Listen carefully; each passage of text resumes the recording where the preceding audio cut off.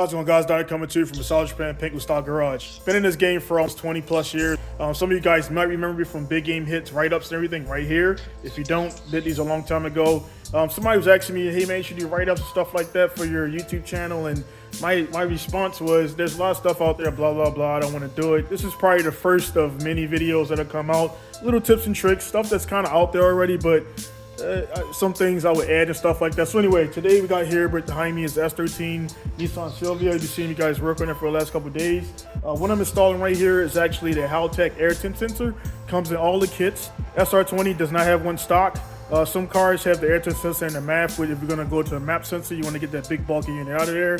And then cars like the GTR RB26 has the inlet sensor there. That one's cool, but I honestly recommend running the Haltech one because it's just more robust. It's more finite, and it's just newer. A lot of guys are afraid of wiring because, again, it just seems like it's a daunting task. We have, again, a stock harness. This is not a pro harness. We're getting rid of the mat here, and because we're getting rid of the mat, that's gonna leave an extra plug over. So instead of trying to fish wire from the sensor right here through the firewall and then into the ECU, what you can do is recycle. You have a couple wires going into it. You have your 0 to 5 volt signal wire. You have your ground wire and your power wire to switch coming from the ECU. Oh, the 0 to 5 volt sensor, the white wire, and then the regular ground wire for the actual sensor.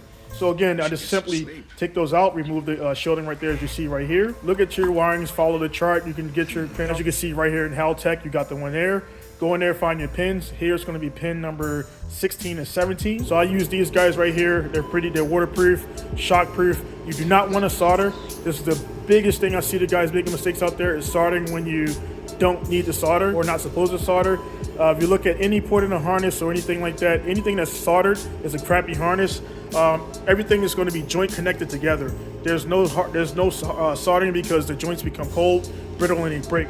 I got an item right here that some guys will say that it doesn't work, but as you can see, the thing about it is if you use a cheap one, for the alligator clips or terminal splice connectors, it has to be a high quality unit, and also you have to make sure that the wiring gauge is proper. If your wiring is too big, it will not. It's too big to actually fit inside the actual connector, and when you clamp down on it, it doesn't penetrate the wiring sheathing. To make sure the gauge is 12. If it's 12 gauge, for example, you want a 12 gauge wire to extend things out. So I use a shielded wire here. You're going to go around. It's going to go into their alligator clip. You just go in and tug on it a little bit. Once you clamp it, it doesn't move around. That pretty much signifies that it's there.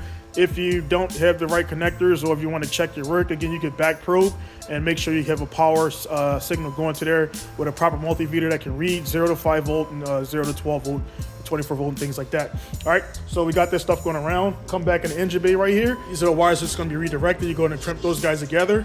Shield it how you want to shield it. A high quality electric tape, not electric tape that you bought at the Dollar General, the dollar store, because it's not going to work there.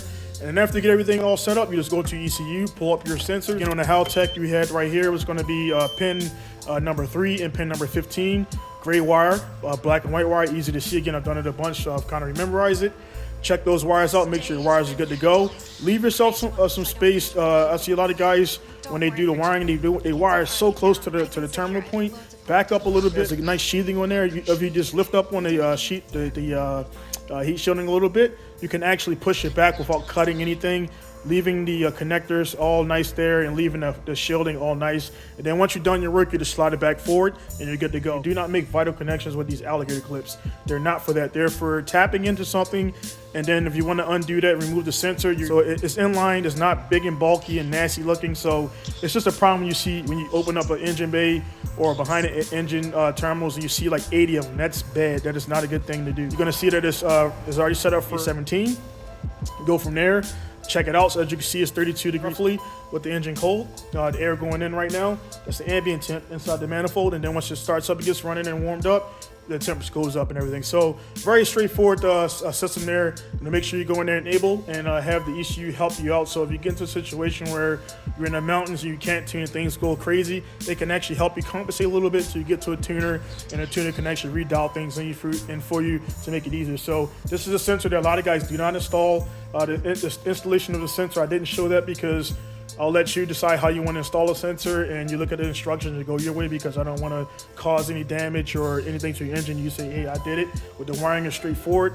If you're not comfortable with it, get it with a professional, let those guys do it. So this is just, again, an example of what you can do with the existing wiring without taking anything through the firewall or sending wires through.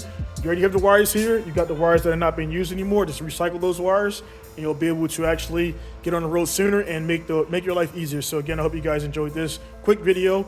Just a tech tip. Again, if you guys want to get Haltech units installed, order, get with Pinku Style.